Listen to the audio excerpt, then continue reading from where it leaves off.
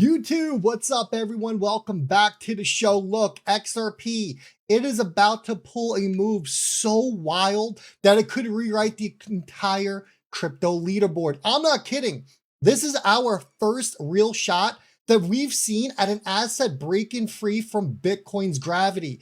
If you miss the next few minutes, you're gonna miss the moment everyone looks back on and says, that's when the flip started. And we're going to start right here. Look, if you didn't catch this thread, you need to go give it a read. This is the moment that everyone has been waiting for. It's already underway. And here's the part that no one's talking about. Not even mainstream media wants to admit this. Bitcoin, look, it can slide straight into a full-blown bear market. And XRP is going to be completely fine. Why? It's simple. Because once an asset gets multiple ETFs tracking it, it stops being Bitcoin's sidekick. It escapes the cycle. It becomes its own market. ETFs, they don't care about tribalism. They don't care about memes or 4-year halvings. They don't give a crap. They follow liquidity. They follow demand. And they follow utility. And the halving cycle, it's done, it's finished, it is retired. The market isn't running on ancient Bitcoin, folks. It's powered by regulations,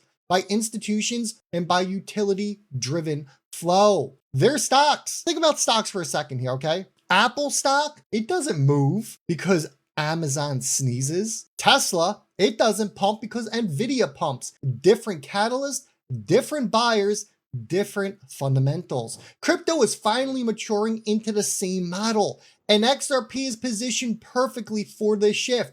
The moment that ETFs entered the game, everything changed. Bitcoin dominance, it's cracking. Utility coins with real liquidity. XRP's front and center and breaking formation. There is the split. This is the moment XRP steps out of the shadow. I want to welcome each and every single one of you to the new era. Make sure, folks, you subscribe to the channel and hit that thumbs up. The more thumbs up we get, the more YouTube will push out the content. And by the way, if you want to get ahead of these macro rotations instead of just hearing about them after the pumps, book the call. I just got off an amazing call, folks. We got some spots opened up. I'll walk you through the exact signals I'm watching, how I'm going to position, and what the smart money is already preparing for. And don't sleep on the newsletter. I break down your institutional flows, regulatory shifts, and the narratives before retail even notices. If you're serious about leveling up, and you should be, go ahead, hit that link below and drop in your email. Now let's get back to the fire information. ETF flows, they're exposing the real story. Here's where it gets spicy. Last week, while everyone on Twitter was crying about Bitcoin and Ethereum bleeding, it's all I heard. The actual data was screaming something completely different. Bitcoin saw 1.1 billion flow out of it. Ethereum, it shed 728 million.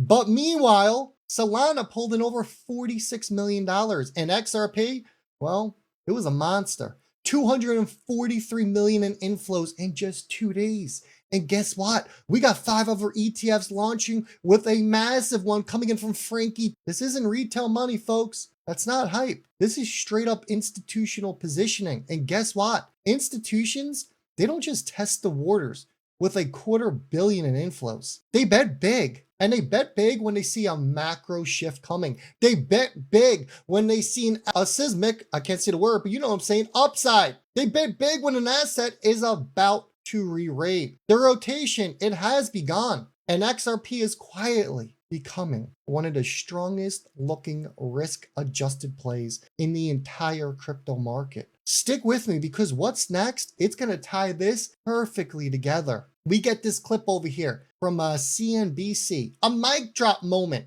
if you might say. So while all this data is flowing in and it's happening in real time, we get CNBC coming out with this interview right here. And they dropped a 2-minute clinic on what real money actually is. Scarcity, utility, durability, velocity, you name it, the works here. Most viewers didn't catch it, but here's the most important part. He described a world where digital assets become the backbone of global value transfer, not just speculation. Listen to this. There's characteristics of why gold for 4,000 years has been used to represent value. but it has nothing to do with what it's used for. No, it stores value well because it's very difficult to increase the supply of gold. It's very difficult to increase the supply of gold substantially. Every year, the supply of gold goes up at only around 1.5% to 2%. And so that means that people who hold it as money end up doing very well for themselves, and people who hold other things don't do well. And that is true for gold, and that's what made gold money for the whole world practically at the beginning of the 20th century.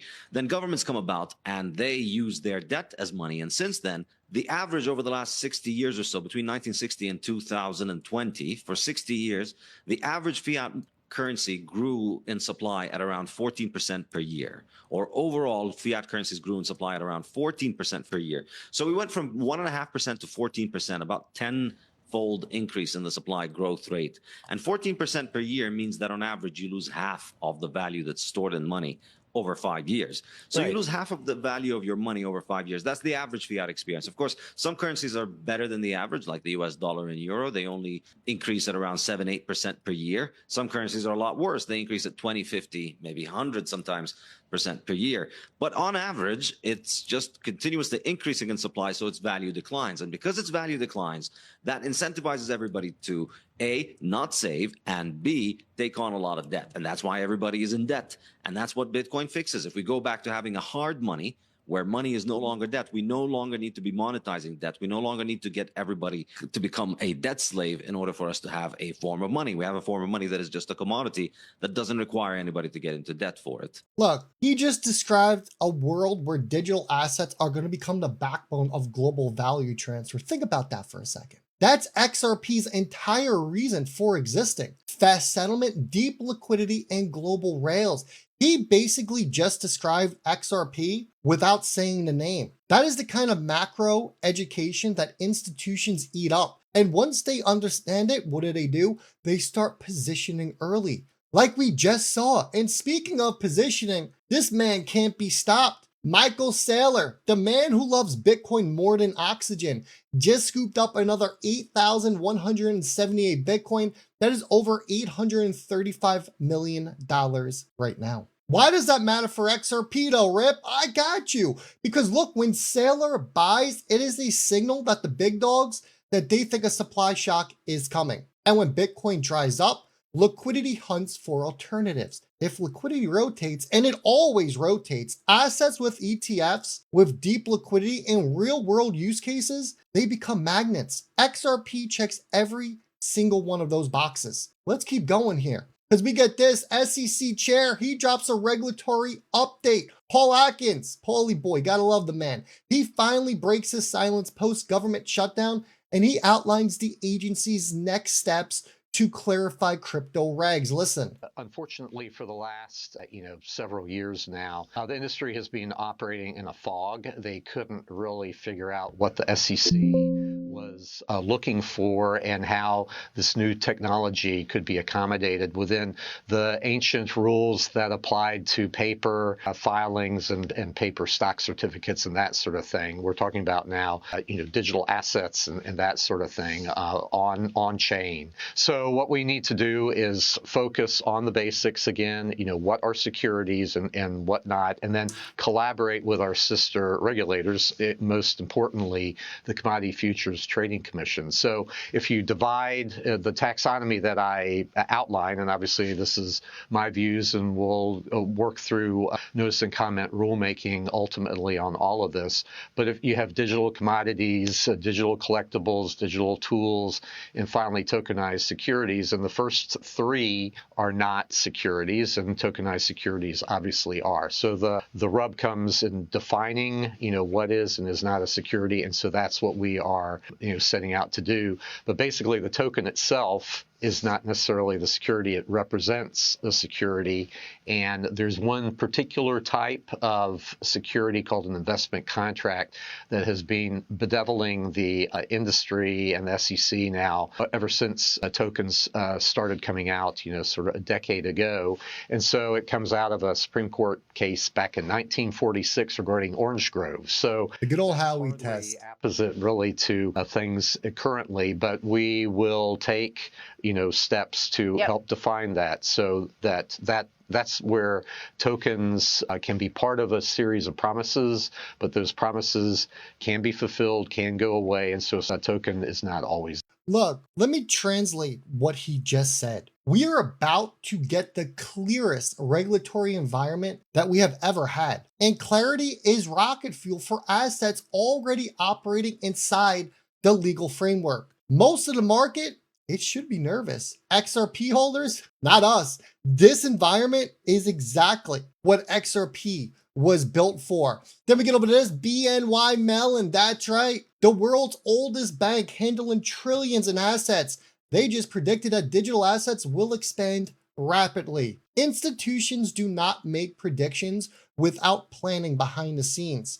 If they say it's expanding, it's because they are already building for that expansion. And when banks scale up, everyone, they choose assets that they can integrate, clear, and settle fast. And again, that's XRP's lane. It is wide open. Then we get to this. This is insane. Listen to this stat here. This year alone, there has been 2,440 ETF launches. That's more than 10 ETFs every single day. Roughly one new ETF every 45 minutes. Think about that. This is the fastest financial product explosion in history. And what happens when you combine ETFs with digital assets? Well, you get the beginning of every major crypto becoming a regulated, trackable, institutional grade asset class. And XRP, it's already built for compliance and liquidity. It is sitting perfectly positioned to ride that wave. This is how XRP flips the market. Not overnight, but through unstoppable structural trends like this. And speaking of flipping, well, President Trump, he's tokenizing his luxury hotel. This one shocked people. Trump's firm partnered with Dar Global. They are developing a luxury Maldives resort, and they're planning to tokenize ownership of the 80 villa project. 80 villas about to be tokenized. Welcome to the future, RWAs, everyone. This is the direction that the world is heading. Tokenization of everything. Real estate, commodities, debt, equities, you name it. It is all going to be tokenized. And if tokenization becomes the global standard, well, you need rails, you need the liquidity layers, and you need the settlement engine. That's XRP's entire thesis. Tokenization is not coming someday. It's starting right now. Trump just told you what is going on. Look, if you've been in crypto long enough, you know moments like this, they don't announce themselves twice. XRP is breaking out of Bitcoin's gravity. Institutions, they're starting to rotation. Regulations, they're coming. And tokenization, it is exploding. And for the first time ever, the market is treating XRP like its own asset class, not an altcoin. Stay sharp, everyone. Stay early and make sure you stay ready. The next phase here, it's going to shock everyone who thought that this story was already written. Hit that thumbs up if you enjoyed the content and make sure you're subscribed to the channel, folks. I'll see all y'all